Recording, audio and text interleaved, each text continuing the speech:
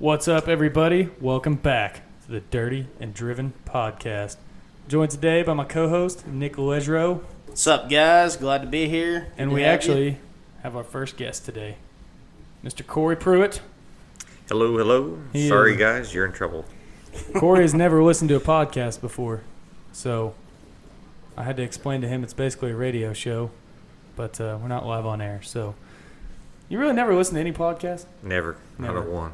Not a Hey, one. what? So give us a breakdown on what do you think a podcast is? Let's hear it. Honestly, I don't know. Something. Hopefully, you guys are gonna ask me some questions that don't embarrass me too bad. Okay. Well, it's kind of like an interview. Just answer some questions, give us some feedback. Just have a good time. Yeah, these fools over here, they're liquored up. We just went to a business after hours event here in Ponca City where a lot of business people meet up and basically just get drunk. So these fools found them some extra drink tickets. It's just a little happy hour for some people on a Thursday. Yeah. It's nothing bad. It was a good time. It was a good turnout at that one. Wasn't bad. We've definitely had worse, but with COVID, it's definitely made it a little less than we've had in the past, though. That room was cramped. It was like 1,000 degrees in there. Shout out to the country club on that one. It's a good turnout. Yeah, man. Anyways, so Nick, what have you been up to, man? Well, not a whole lot, really. It's been on my end. If you guys haven't been listening, I run a little ranching operation, and as you guys know, it's been dry out. Whether you're trying to feed your animals or water your grass, it's been dry outside. So What was that little snafu you had the other day? well, it's probably more than you guys want to hear, but electric fence doesn't tend to work too well whenever it's dry out because the ground rod doesn't have moisture to ground to, so the fence is basically useless. So I've been chasing cows the last month or so. If you catch a picture of me about a month ago to now, I've lost a lot of hair. So The airline's getting receded, man. yeah, catch me on the next episode with a buzz cut. You been running some marathons? Yeah, I've been chasing a lot of tail out here, guys. Not gonna lie, 1,000-pound 4-legged tail. Oh yeah, corn-fed, baby. Nicest ones in the county. Anyways, let's go. Yep. Corey, what about you? Anything crazy happened in your life recently? Not lately, thank God. Didn't you just get back from California? Well, if you want to call that anything crazy, that's just more like the Wild Wild West out there. Old California. Oh, man. Anyways, we brought Corey on today. He is the currently city residential building inspector? Yeah, the building inspector for the city. Yeah, so that's what Corey's doing. Corey's worn a lot of hats throughout his years. Whenever I first met Corey, I've known Corey a long time. He was a dozer operator at the landfill. Thought that was pretty cool. And so we'll talk about that. How did you get into operating? So it's kind of crazy little story. My wife wanted to go to college, and I definitely wasn't college material. So I just had a job selling cars, and this guy came into the car store one day, and he offered me a job selling furniture. I know furniture and dozers don't go together, but that's how it got started. My wife and I wound up moving around the country with this furniture company as I continued to grow in the company. And then one day, my wife says that she's no longer happy in being away from the family. And we'd been, I guess 9 years we were away from our family, and we had our first and only child, Brooke. And Casey said she wanted to move back home. Well, the only experience I had was pretty much, manual labor, farm work and, stuff like that. So I got hired on at the landfill because there pretty much wasn't a tractor I couldn't drive. So they gave me a shot out there. And that's where I got my start with them. So had you ever driven dozers and stuff like that before? Or Not dozers, tractors? but yeah, tractors and backhoes. Just a little bit of heavy machinery, not a whole lot. So how'd you get proficient enough to be able to run that? They just put you in it and say, go for it, or? They like the first day, yes. They put me in it and said, "Don't kill yourself." No. Because you guys were, I mean, whenever you were there, you were top-rated landfill, weren't you? Yeah, they still are. Right now, Ponca City still has one of the best landfills in the state of Oklahoma, and I don't know where they rank nationally, but Oklahoma's those guys, they do a great job out there. But it just, when you learn from the best, you become some of the best. So Wow, that's cool. So did you have any sort of like training or mentorship or anything out there, or was it just trial and error? well, you can't. I mean, and those things, they're so small, you can't put anyone in them. So it's just, it's one of those things you can't be scared, because in a dozer, you're gonna do some things, especially at landfill, that the dozer's not meant to do. But when you're on slopes and stuff like that, you're gonna find from time to time that you learn moisture content real quick, and you learn that you can slide from the very top of a landfill to the very bottom in a rather rapid pace. Yeah, so Korey, go ahead and elaborate on that, man. Let's hear. You obviously know what it can do, sliding down a hill. Let's How many pairs elaborate of on pants that. did you have to change doing that? Let's just put elaborate it this on way: that. there's not a prisoner in jail that could have got through the butthole. It was that tight. So. Oh, jeez, man. That's Yeah. awesome, though. Yeah, I mean, so that was a pretty cool job, and I mean, you were paid pretty well out there at the landfill, weren't you? Yeah, matter of fact, it was one of the top paying jobs beside a lineman. It's the next highest paying job that you can just get an entry position at. So how hard was it to get a job out there? It was just between me and one other guy, because nobody has any experience on heavy equipment. Yeah, that's pretty cool, man. What were you running out there? D9s? D6s, and then we had scrapers, and then I can't honestly remember on the compactors, because we went through so many of those. They're constantly breaking down because they just don't have a good. They haven't figured them out yet. They're still got a long way to go with the technology on those. Yeah, those trash compactors are cool though. That's like a big sheep's foot, isn't it? It's like a double barrel sheep's foot. Four Yeah. sheep's foots that roll back and forth and weigh 12 tons. Yeah. They're pretty cool. They're rough though. Yeah, that's cool. So I mean, you came out. So how old were you whenever you went to be an operator? Now you're having to make me do math. Roughly, you don't have to be exact. It's 30. 30. Yeah. Okay. So out of high school, were you just selling furniture and all that, or farm work and stuff, or? Yeah, I mean, I'm in high school. I hauled hay, and I had an uncle that broke horses, so I learned my way around a farm, through him, and just enjoyed the tractors and the hauling the hay, and just doing the manual labor stuff. But the furniture stuff paid a whole lot better. Yeah. Yeah. So how long did you do the furniture stuff? For 9 years. 9 years. Jeez, it's a long time to be selling furniture. James, we're gonna have to touch back on that hay hauling here at the end of the session. Yeah. So Bring it back. Nick and I hauled some hay in our time. yeah. Like square bales or round bales. Well, Yeah, square bales. we've done a lot of both, but mostly square bales. We got some stories. Oh yeah, that's I've what got- that's I've what we got did one for in- fun. I've got one in particular that James is gonna have to elaborate on at the end of this. So Yeah, I know exactly which one you're talking about. Yeah, dude, that's awesome. Okay, so you come in. So you came 30 years old, heavy equipment operator. You've already kind of done that on the farm.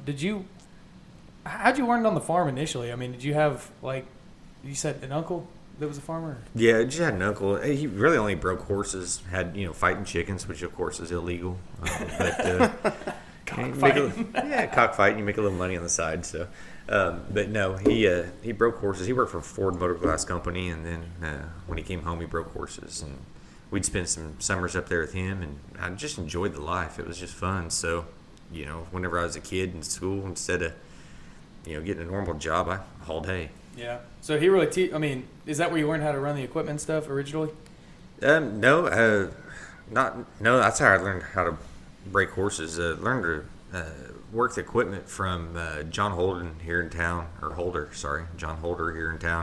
He's a fence builder, but he also had a brush hogging side job. Yeah. And so while he was working at what's that place out there? Continental Carbon. While he was working at Continental Carbon, I'd be out brush hogging pastures for him right out of high school. Oh, that's cool. Yeah, that's a good way to learn.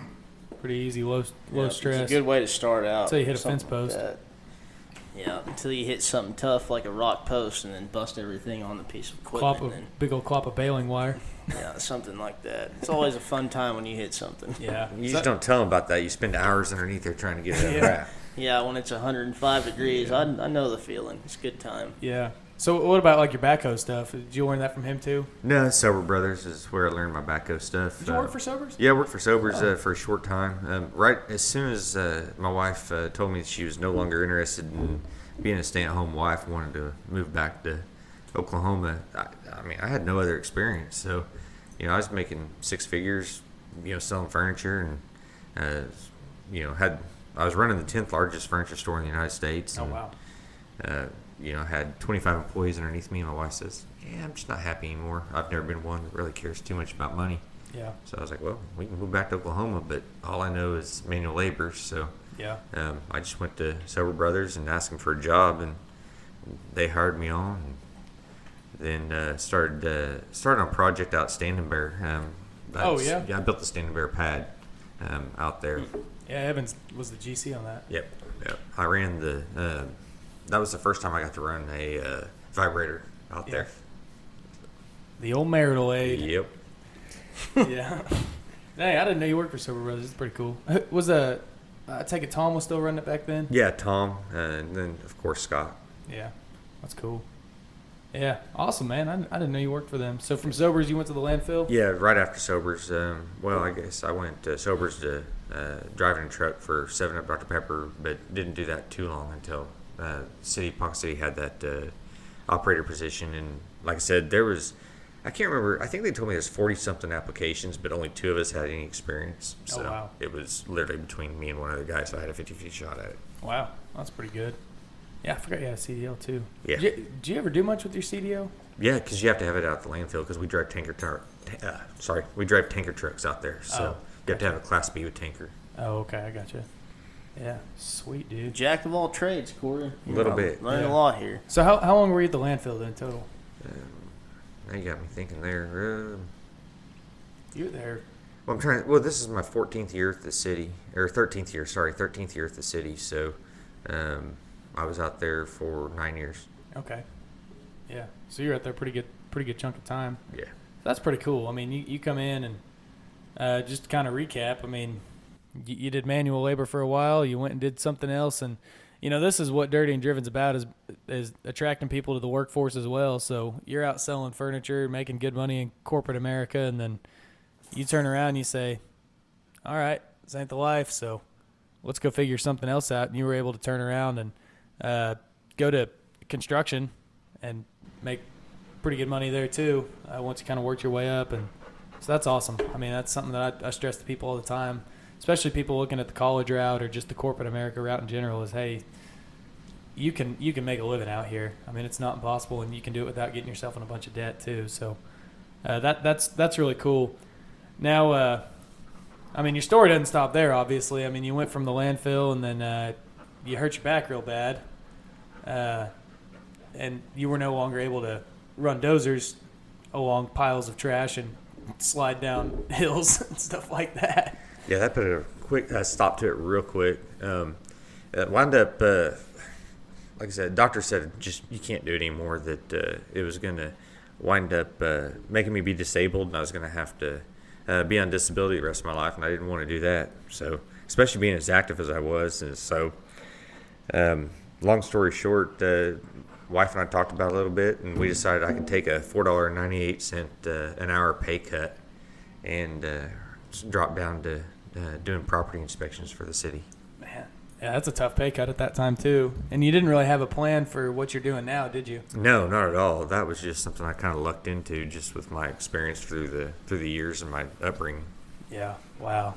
Dang, that's tough. So you did that for a little while, just going. What, you were mainly just telling people to quit parking in the grass and going into squatters' houses and kicking out the crackheads. Right. Yeah. Plenty of crackheads, and I still deal with them from time to time, which is kind of crazy. Wednesday. Today's Thursday. Sorry, Tuesday. We had a crackhead that was. I gotta tell the story. Sorry, James. Don't mean to take up too much of time. No, dude, go for it. Yeah, Tuesday. I run into one of the crackheads that I have experience with, and he's laying on the ground. It's 102 degrees outside. He's laying on the ground. He's got a golden playing card, like the ace of clubs. And he's got it held up to his ear. And 102, he's dressed in all black, jeans, long sleeve shirt, laying in the grass, covered in grass, no shade. I get out, and there's no electricity at this house, so I can't let him stay here. But he's got this golden playing card up to his ear. Okay. And he's asking me, he's like, hey, man, he said, did you guys happen to see that horse that just ran by? I'm like, hey, Lonnie, man, come on, dude. How messed up are you? He's like, oh, man, come on, I'm not messed up. That horse, you saw that horse, right? I'm like, man, I didn't see that horse. He's like, yeah, man, what are these called? Those horses with those wings. He's like, they're magical creatures, man. You got to know what I'm talking about. I was like, you talking about a Pegasus? And he's like, yeah, a Pegasus. He's like, yeah, those and the evil spirits keep coming out of this house. I think I'm away from that stuff now, but no, it still creeps back in every now and then. So you did that for, 2 years or so before you started shifting into what you're doing now? Yeah, 2 years. And that definitely wasn't life for me. Ooh, yeah, somebody put some serious Red Bull in that horse's feed trough then. Yeah, it grew some wings. That son bitch had some major wings. Jeez, man. In the house, too, huh? That's crazy. I've never seen a Pegasus myself. I've heard about them. Yeah. Mainly from people on LSD, but I have heard about them. I've heard of sightings. Well, apparently peyote works too. Well, yeah. There's a couple ways you can find them. It's just nothing I've tried. No, I've never seen one sober. That's for sure. Huh? Well, that's nuts. All right, so you go. So you're doing that for a couple of years. You're just a cop without a gun, kicking out squatters and all that. So, when did you start transitioning into the inspecting world? It's just honestly, Jeff Pamatiggy, who's recently passed away, he kind of took me under his wing and was like, hey, would you be interested in learning this stuff, along with Chris Henderson, who's our department head. And, he was like, hey, he's like, I think you've got what it takes maybe, to pass this test. And like, you mind studying for it and see what you can do? I was like, sure, why not? They gave me a little bit of time at work whenever we had some downtime to study and take this test. And the thing they didn't tell me was that about 95% fail the test. So that was a rude awakening because, let's, you winged it? Well, no, let's admit it. I'm not, winning any scholar, awards. So, for a test that 95% of people fail, I'm like, great. Took it the first time, and I actually only failed it by 7%. I was 7% away from passing. Oh, wow. And that was it was one of those things that they didn't tell me. Like, I had no idea that 95% of people take this test, fail it. So I took this test without studying. Yeah. Like, it was just, what's your knowledge on mechanical, electrical, building, and plumbing, that kind of stuff.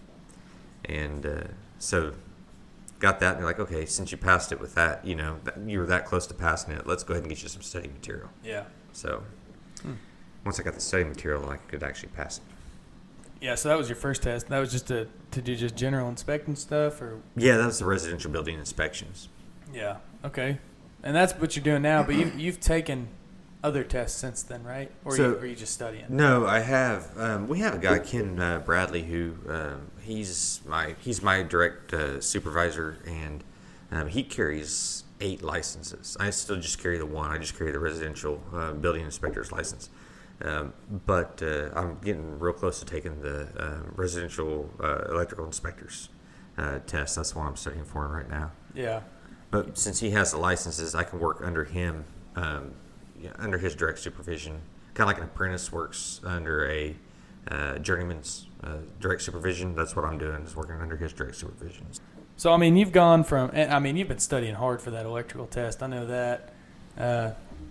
My fiance is an electrical engineer. Corey's been hitting her up for help. And Corey's been studying hard. So, that's impressed me how really you made that jump from the landfill where you were having fun, moving dirt around, moving trash around, doing all that fun stuff, hurt your back, takes a pay cut, does something else, and now you're back in the construction world because would you consider yourself in the construction world there whenever you were just doing code enforcement stuff? No, that was more, just enforcing basic decency, like, keeping your yard clean and, just not being a slob. And there was nothing construction, related about that. Yeah. So now you're getting back into that, which I think is cool. I mean, you make that shift, and I mean, you're kind of going from the heavy civil side to the building side, which, I mean, it's still great. I love my heavy civil construction, but yeah, I mean, that's awesome how you made that jump there. And I mean, now you're taking these tests, and I mean, what's your end goal with these tests? Because you said you have 15 total tests or something stupid like that to take. Yeah. So at 8, you have your complete residential, which would be your residential building, mechanical, electrical, plumbing, and then commercial residential building, commercial building, commercial plumbing, commercial mechanical, and commercial electrical. Yeah. And then there's 2 others, like there's zoning, and there's some other tests, but 15 total tests, and then you're a certified building official, and there's only 128 of those in the United States. Wow. Yeah. So that's where you get to name your price tag at that point. Pretty much, yeah. That's a guaranteed 6-figure job. Yeah. I mean, that's awesome, dude. I mean, going from operator to not even in the world back to, and are you in a better spot now than you were as an operator or getting there? No, I make more money now than I did as an operator. That's awesome, dude. I mean, that's awesome that you're able to do that. And I mean, for somebody who's not college educated, and I mean, I know that you were no stellar student in high school, going and taking close. These hard tests. I mean, I've never taken these tests, but I've taken code tests before, and they are not fun. They suck, and they are tough tests for absolutely no reason. So, I mean, that's awesome that you're doing that and grinding that way. And I mean, it just shows that if you're just tough and you push through and you're working with people to take care of you like the city of Ponca has, then anything's possible in that regard. Well, yeah, that's the thing. I mean, Ponca's paying for all my tests and all my study materials. So if you can just get on with a company that'll, has a little faith in you and will, or see some potential, maybe that's a better way to put it, see some potential in you and, willing to, take a chance on you. And, those trades, mechanical, electrical, plumbing, I mean, we still, even in a small town like Ponca City, we still don't have enough. Yeah. You go and try to hire a plumber right now, they're going to tell you they're 3 weeks out. Yeah. Electricians can tell you they're, 10 days out. Yeah. A mechanical guy, you're probably still looking at 2 to 3 weeks out. So, I mean, small town like Ponca, we could still use more companies doing that. Yeah. It's a great wage. What's the average age that you see in the guys that you work with out in the field? So that are like skilled workers. The journeymans are aging out. That's the problem. Yeah. And kind of like in my position too, is like a building inspector. We're aging out, where I'm only 44 years old, but most of the guys are retiring out, and they're finding that they can't. These tests are so hard to pass, they can't keep up. So right. They don't have enough inspectors because the same way we don't have enough journeymen, we don't have enough. We have plenty of apprentices, but being an apprentice, and then it doesn't always translate into being able to take that journeyman's test and get the knowledge that they need. Yeah.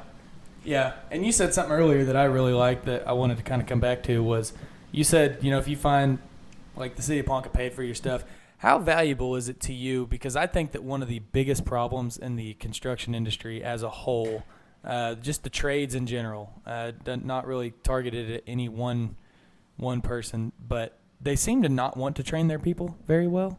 They don't want to take that investment into people because obviously that's a big investment because not only are they paying for your study material, which I'm sure is hundreds of dollars, and I mean, I'm assuming they're letting you study whenever you have downtime on their dollar and stuff like that. I mean, to me, that speaks volumes that they're investing in you as an employee and investing in your education so you can be better and do better and in turn do better for them.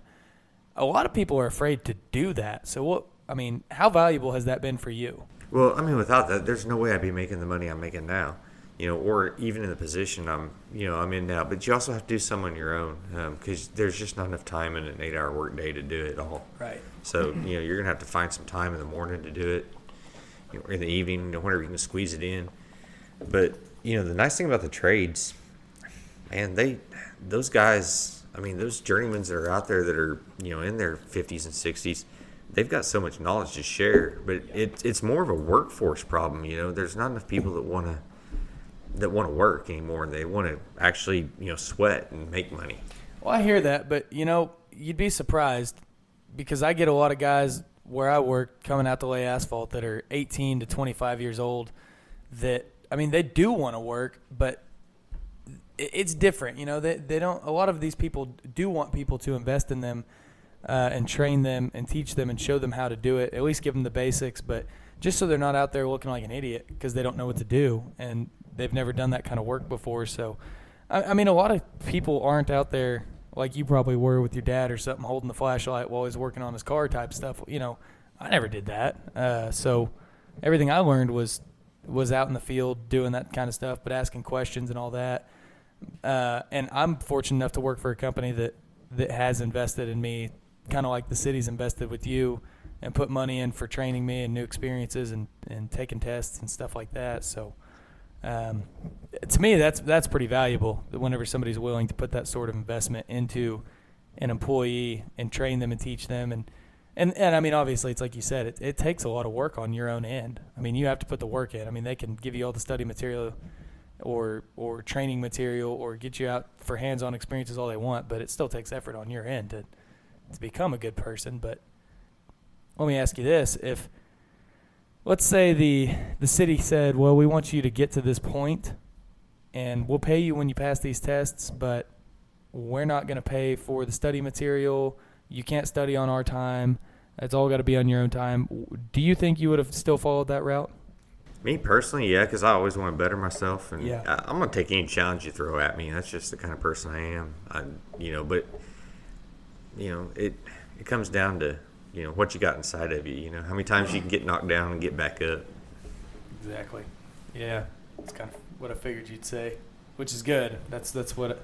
But there's also, a lot of people out there that are trying to get into this kind of trade, industry that can't, that may not necessarily have the same time that somebody that, like an 18, 25-year-old versus like a 40-year-old that might not have the time to expense on that. Maybe they got like younger kids in the house or something like that. They may not have the opportunity to spend like after work, or they got to get up super early, whatever to do to like get this, and may not even have the money to.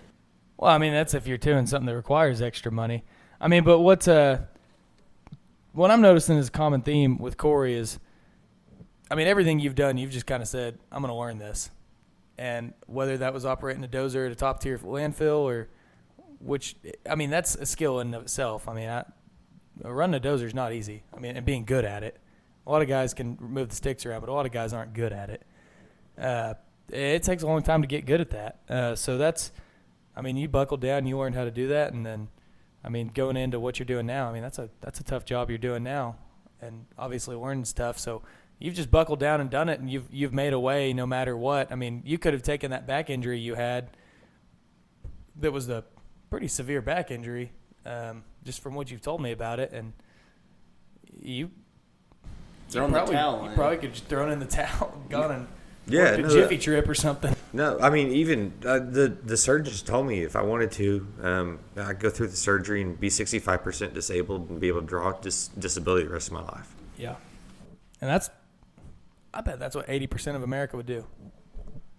But now you're in a better spot now because you elected the hard route, and harder financially, harder physically, harder mentally, because walking around with an injury like that sucks. It's painful, and day in and day out, it's there no matter what you do. So, that just speaks volumes in my opinion, and that's just what we want to relay to the people out there is if you want it, then buckle down and take the hard route, because the hard route is what's going to get you where you want to be. Not only that, James, but if you do take the hard route, if you, as you said, and mechanical, which would be HVAC stuff, electrical, plumbing, and I don't know about construction because I don't know what construction plays, but I do know those other three professions. If you can stick the 3 years out as an apprentice and get to that journeyman level, that pay is roughly $28 an hour. Yeah. So that's a good wage without going to college. Yeah, exactly. And I'm not saying don't go to college, but I'm saying there's a lot of people out there who just have no plan of what they want to do, and or they're just not happy with where they're at right now. So I would say any sort of thing like that, you can go out, and there's just so many opportunities in the trades. Again, that's kind of why we're doing this project is to bring people to the blue collar world. So yeah, there's a lot of opportunity out there for sure in the trades. I mean, what's next for you, man? Just keep studying and hammering down and Oh yeah, I mean, before I retire, I want to be a certified building official. There's so few of them in the United States, and I mean, of course, I'm going to retire from the city of Ponca City just because they've been so good to me. And I love what I do. I love the people I work with. So I don't see myself ever leaving Ponca, but as long as they'll keep letting me take these tests, then eventually I'll have that CBO title, if nothing else, just to be able to say I'm one of the top tier inspectors in the United States. I finally made it. Look at me now, Mom. Yeah, dude, that's awesome. Well, cool, man. Well, I'm happy to hear that. And one more point that I was going to circle back to is just the age that you were saying of everybody. I mean, that's another common theme of the trades in general, the blue collar world in general, is there's so many old timers out there, and the information's not being passed down fast enough. These guys are retiring or dying or phasing out or whatever faster than younger people are coming in and learning it. So to everybody listening, maybe you're in the trades already and you're looking for more opportunity, or maybe you're not, then there's opportunity out there, man. And it's only going to get worse. If you guys think we have a workforce problem now, wait till 5-10 years from now, whenever these guys continue to retire out, it's only going to get worse. So, And I've got a quick question for Korey, if we got some time here. We got time. All right. So, what this podcast is all about, like we've described, it's about kind of describing, what we do, what our guests do, and how we can, maybe get introduced into one of those positions, entry level, maybe, whatever it is, and trying to better yourself, just people that are out there in this industry. And so, Korey, what I got for you here. So, looking at what you've told us today, going from a really good paying job that has really nothing to do with the blue collar industry, selling furniture, making really good money, and obviously, you said you had no problem with a pay cut. But for those guys out there that may be in the same position that are making good money right now, that aren't happy with what they're doing, and maybe they moved out of town to go to get a good paying job, kind of support their family, and that are trying to get back to their roots, may you have it. What kind of advice do you have to those guys that may be struggling with that jump from possibly taking a pay cut, or maybe just nervous to make that jump to make a career change? What kind of advice do you have to those guys? Well, for me, it's easy because I'm a Christian, fellas, and I always believe God. He's there for me, and I just have to be still and listen. And I truly believe that if you pray about it and you follow what God tells you to do, we get one of three answers from God: yes, no, or not now. And we don't always like that answer that we get, but sometimes we're in the position we're in for a reason, and we just don't know what that reason is. It's not for us to know, but you just follow Christ's example, do the best you can, and find an employer that values what you value. And if you find that employer, then you're going to be successful. Yeah, that's awesome, man. I want to ask about your faith, because I know that is a very integral part of your life. Obviously, that's how I know you is through church. And for those of you listening, Korey and I lead a men's Bible study together, which is pretty cool, especially getting to do that together. Korey's been a mentor to me for a long time, especially in the church, and so we're doing that side by side now, which is fun. How big of a role, obviously, I mean, faith is, if for any Christian, it's their number one thing in their life, or should be. How big of a role does that play for you in your career, especially in being in the blue collar world? There's so much loss. so many lost people out there. How does that change your perspective or how you act or what you do in the workplace? Well, honestly, every day I get an opportunity. For those of you that don't know, Jeff Pamanticki is who I took over the position that I have now for. He was the plumbing and electrical inspector for the city of Ponca City. And I had gone to Falls Creek, which is a church camp. Came back and several people had COVID. Jeff was my mentor. He was teaching me, how to do the inspections on the electrical, the mechanical, and the plumbing side of things. And he passed away. And he passed away from COVID. And just so happens that I had passed the test just a few months, or not even a few months, just really a few weeks before he wound up passing away. And it's, I don't know how else to explain it other than, God he opens those doors, for us. And not that, Jeff died so I could have this position, because that's not what I'm saying at all. But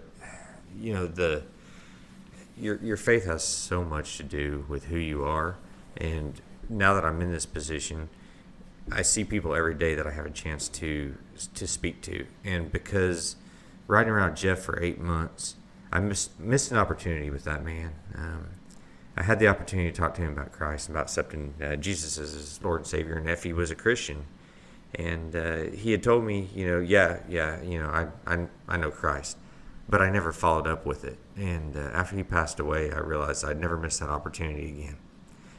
No matter what it took, I would make my faith number one in my life. My job is always going to be number two, but I don't miss that opportunity. Today I got to meet the pastor of Ranch Baptist Church out there in Ranch Drive. And, we talked for, quite a bit about faith and some stuff he's going through and that churches and stuff go through. But I just find that God gives me an opportunity every single day to talk to somebody, just about Christ. And I love that, man. I can still do my job. And when people notice that, you follow Christ and, you get an opportunity to talk about it. And that makes me happy. I love it. How receptive of people are people of that whenever you're out there in the field? Well, I gotta admit, I don't always. You can read people pretty good, and if they're not looking to hear the word, I'm not gonna share it with them, right? Because you don't want to cram it down their throat, right? And it's not professional. I have to, at the end of the day, I have to remain professional. But whenever somebody recognizes that I'm a Christian and they want to talk about Christ, man, I'm there. I'll have that conversation with anybody, anytime, anywhere. Yeah, that's awesome, man. That's cool. There's so much. I struggle with it a lot. I struggle with my faith quite a bit out in the fields, and the blue collar world in general, just because it's so easy. It's easy to act in an unholy way out there, and it's fun to act like that too. Well, the language that they use out there is not language we use. The language, the joke, all that. Right. And it, as humans want to be, we all want to fit in. So, it's great that you set those standards for yourself and try to act not better than anybody, but just act the way that God calls us to act. So, yeah, man, that's awesome. That's awesome. All right. Well, Nick, you got any funny stories? So actually, like I said before earlier in the episode, I'd like to circle back to, like you mentioned, Korey. You had a little farm work in your experience, and I'm sure you had a blast just like we did. Maybe you didn't. Maybe you had a hell. Maybe it was 110 degrees and 3 o'clock in the morning, and you didn't have fun. I don't know. But James and I, we've done our fair share of small square barrel hauling, and for anybody out there listening that's done the same thing, you either know it's a good time with your buddies, or it's the worst effing thing you've ever done in your entire life. So James, I'd like to point the finger at you here, and because I got my fair share of stories, but I know there's one in particular that tickles your spine a little bit, it pissed you off a little bit. I want to hear about that one. You talking about when that old boy threw a hay bale at my head? Yep. That's the exact one. Let's hear on that one. How big of an old boy was this? Bigger than me. Yeah, well, the hay bale is a little bit bigger than that old boy. So yeah, let's hear about that one, James. Oh man, dude, we'd been hauling all freaking night long. You guys, you pissed me off that day, man. I did. I didn't piss nobody off. Well, you pissed me off prior to this because I said we were sitting there all hauling hay, and you said I don't remember what you said, but we were sitting around the barn waiting for you. You said, "Oh yeah, we're just gonna run, grab everybody some drinks real quick."